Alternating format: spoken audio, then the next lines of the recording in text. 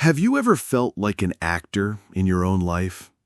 You wake up, you put on your costume, the competent professional, the patient mother, the easygoing friend. You step onto the stage of your day, and you play your part beautifully. You know the lines, you hit your marks.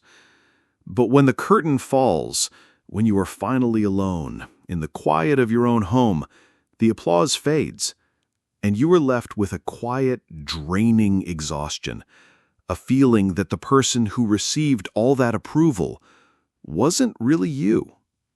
This feeling of inauthenticity is one of the deepest pains of the human experience. The sense that we are hiding our true, messy, complicated selves behind a carefully polished mask. We do this because we believe it is necessary for survival. We believe this mask is what makes us lovable, acceptable, and successful. But what if the opposite is true? What if that very mask you wear for protection is secretly the source of your greatest suffering? The brilliant psychologist Carl Jung gave this social mask a name. He called it the persona. And he revealed a profound and dangerous secret about it. He taught that for every quality of light we consciously present to the world through our persona, we must, by psychic law, cast an equal and opposite darkness into the unconscious, a darkness he called the shadow. The more perfect the mask, the heavier the shadow. The brighter your public face, the more you must hide in private. This is the hidden civil war that so many of us are fighting, and it is why you feel so tired. It is why you sometimes snap in ways that surprise you. It is why you feel like a fraud. Today, we will unveil this secret connection. We will explore why you are so afraid to take off the mask, and we will begin the liberating work of calling your exiled parts home, so you can finally be whole, not just when you are alone, but out in the bright light of the world. Before we can even consider taking off the mask, we must first understand it, and more importantly, we must respect it. That mask, the persona, is not your enemy. At least, it didn't start out that way. The persona, as Carl Jung defined it, is the interface between our individual consciousness and the wider world. It's the set of clothes we wear for a particular social occasion. You have a work persona, a parent persona, a friend persona. It is a necessary tool. Without it, we would be raw, exposed, and unable to function in a complex society. It is, in its purest form, a brilliant adaptation. Think back to your first day of school. You were a child, entering a new, intimidating environment. You quickly learned what behaviors were rewarded. Being quiet in class, sharing your toys, raising your hand. You began to craft a good student persona. This mask helped you navigate the social landscape, gain the approval of your teachers, and make friends. It was a tool that helped you belong. Or consider your first job. You learned the company culture. You adopted a professional demeanor. You crafted a competent employee persona. This mask allowed you to collaborate, to be seen as reliable, and to earn a living. It was a functional, necessary adaptation. The problem, as Jung so brilliantly pointed out, is not that we have a persona. The problem is that we forget we are wearing one. The danger begins when we mistake the mask for our actual face. This is what Jung called identification with the persona. This happens subtly over many years.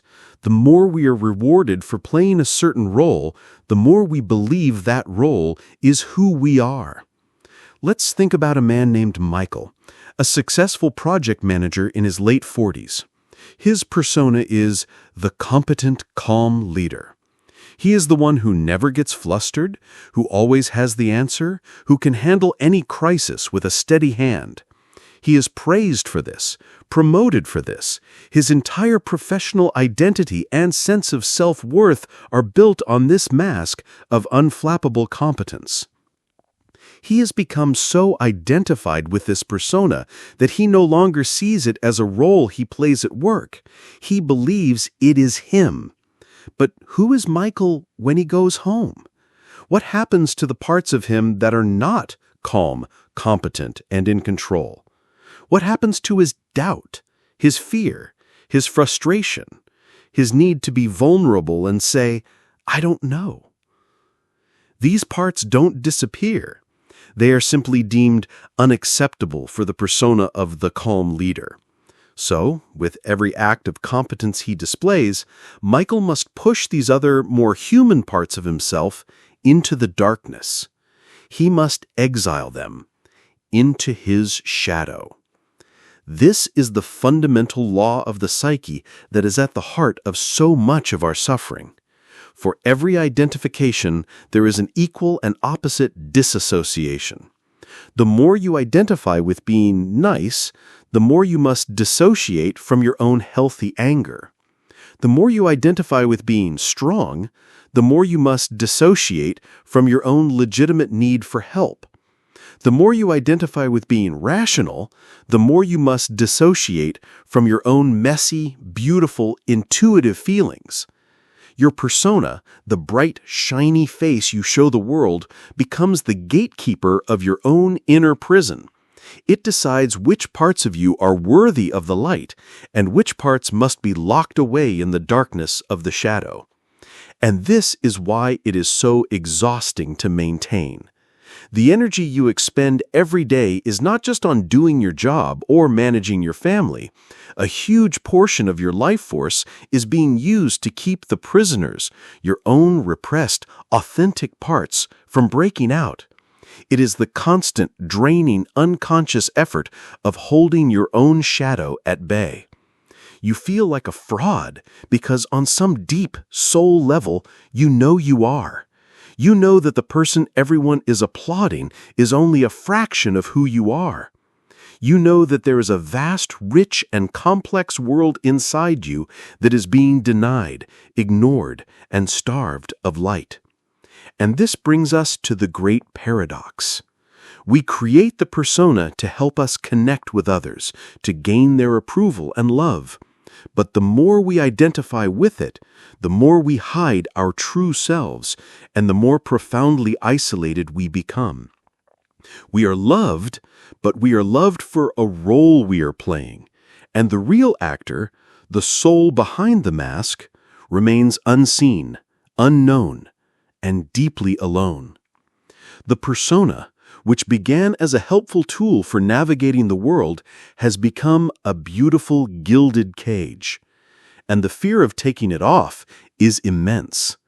Because if you are not the competent leader, if you are not the good mother, if you are not the funny friend, then who are you? This fear of losing our identity, of having to face the messy, unknown truth of who we are beneath the mask, is the very thing that keeps us trapped. It is the fear of facing that shadow you have worked so hard to contain. But what if facing that shadow was not the end of you? What if it was the beginning? What if facing that shadow was the beginning? This is the radical reframe that Carl Jung offers us.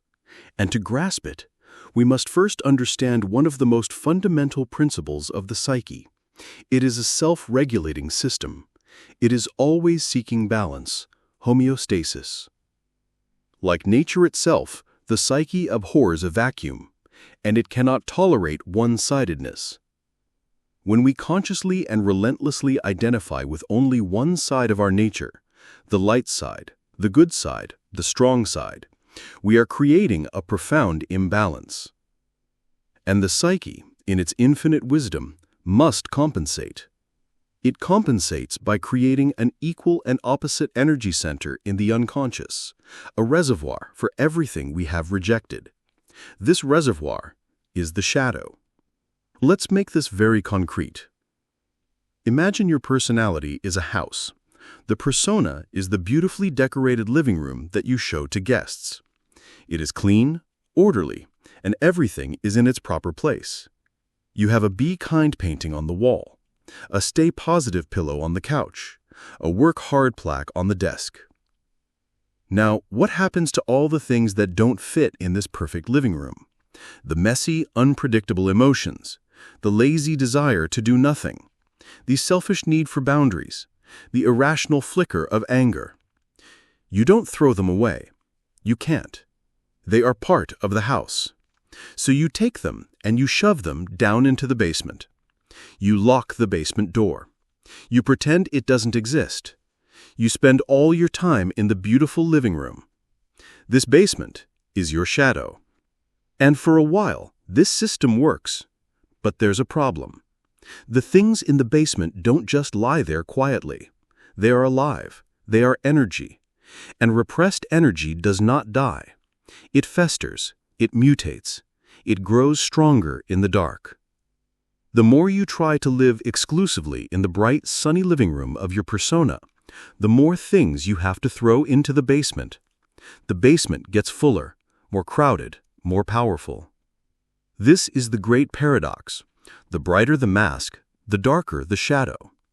The woman who builds her persona on being always sweet and agreeable is simultaneously building a shadow full of rage and resentment.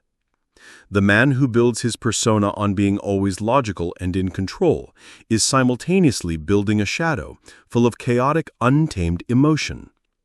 The parent who builds their persona on being always selfless and sacrificial is simultaneously building a shadow full of their own unmet, screaming needs. And this is the source of your exhaustion. You are not just tired from your daily activities. You are depleted from the immense, constant psychic energy it takes to keep that basement door locked. It is the work of an internal prison guard 24 hours a day, 7 days a week. But the shadow will not be ignored forever. It will find ways to be heard. It will start to leak. These leaks are what we often experience as our most shameful, out-of-character moments. Let's go back to Michael, our calm, competent leader. He spends all day being the rock for his team, handling pressure with a smile. But what happens when he gets home and his son spills juice on the new rug? He snaps. He erupts in a rage that is completely out of proportion to the situation. He sees the shocked, scared look on his son's face and is immediately flooded with shame. That's not me, he thinks. I'm a calm person. But it is him. It is the accumulated frustration and stress from his shadow, which was denied any healthy expression all day, finally bursting out sideways at a safe target. Or think of the always sweet woman. She would never dream of confronting her friend directly, but she might find herself making a passive-aggressive comment, or engaging in gossip. This is her repressed anger, her shadow, leaking out in a distorted, indirect form. Another powerful way the shadow leaks out is through projection. This is a core concept in the work of Carl Jung. When we cannot own a trait in ourselves, we become hyper-aware and intensely critical of it in others. The person who has repressed their own laziness into the shadow will be insufferably judgmental of anyone they see resting or not working hard enough.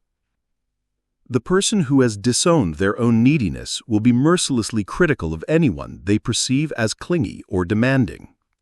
Our strongest, most irrational judgments of others are often a perfect map of our own shadow. The world becomes a screen onto which we project the disowned parts of our own inner movie. This is the tragic cycle of living through the persona. It doesn't just make us feel like frauds. It makes us tired, reactive, and judgmental. It disconnects us from ourselves, and therefore from authentic connection with others. The persona, the mask we created to be loved, actually becomes the primary obstacle to true intimacy. So the fear of taking off the mask is understandable. We fear that if we open that basement door, a monster will emerge and destroy our lives. But Jung's great promise, the core of all shadow work, is this: what is in the basement is not a monster. It is your own trapped golden, life-affirming energy. It is your power, your passion, your wholeness. And the task is not to kill it. The task is to learn how to unlock the door, turn on the light, and reintroduce yourself to the parts of you that have been waiting in the dark for so long. To reintroduce yourself to the parts that have been waiting. This is the essence of healing. This is the path of integration. It is not about destroying the persona, for we still need it to function in the world.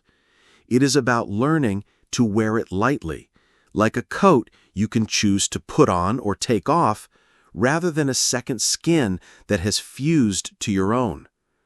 The goal is to move from being identified with the persona to being the conscious user of the persona.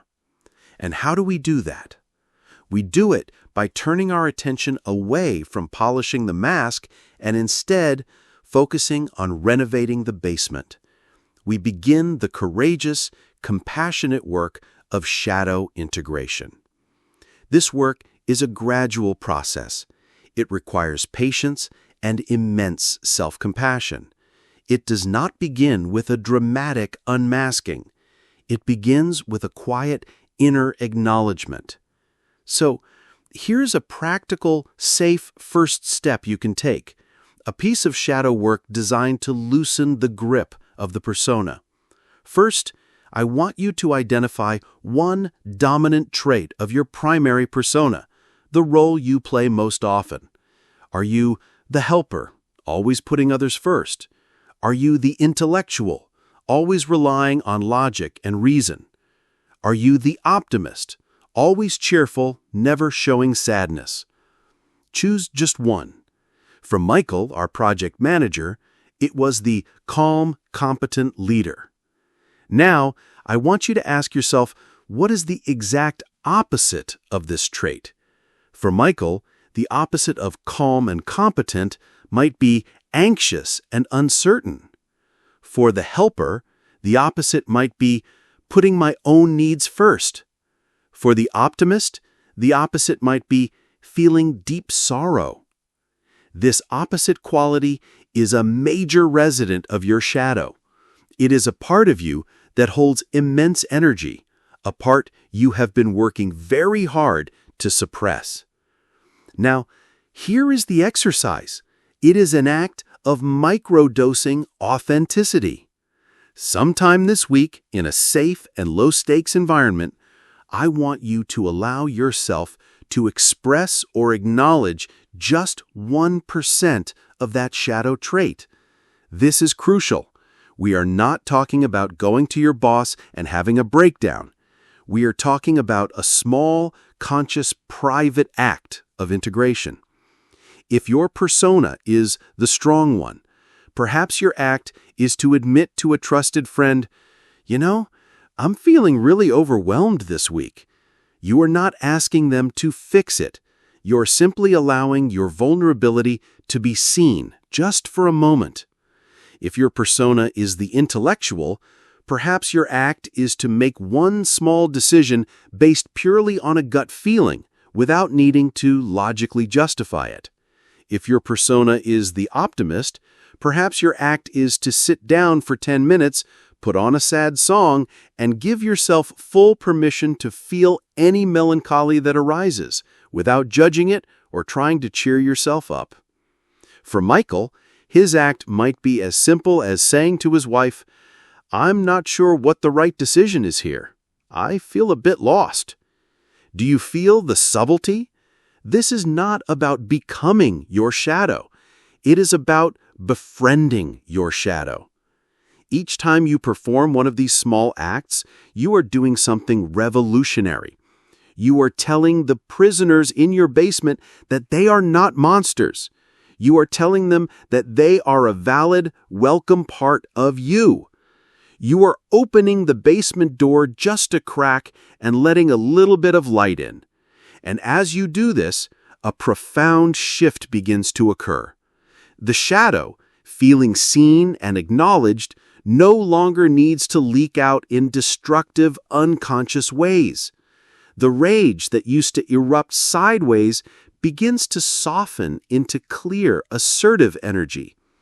The neediness that you projected onto others begins to be recognized as your own legitimate need for connection, which you can now address consciously.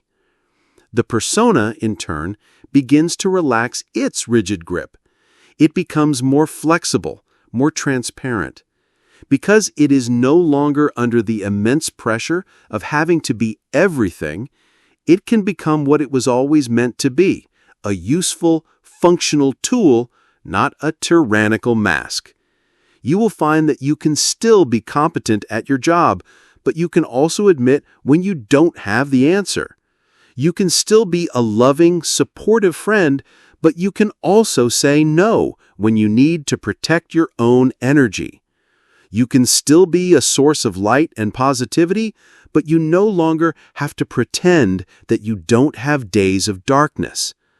This is the path to wholeness that Carl Jung mapped out for us. It is not about achieving a state of perfection.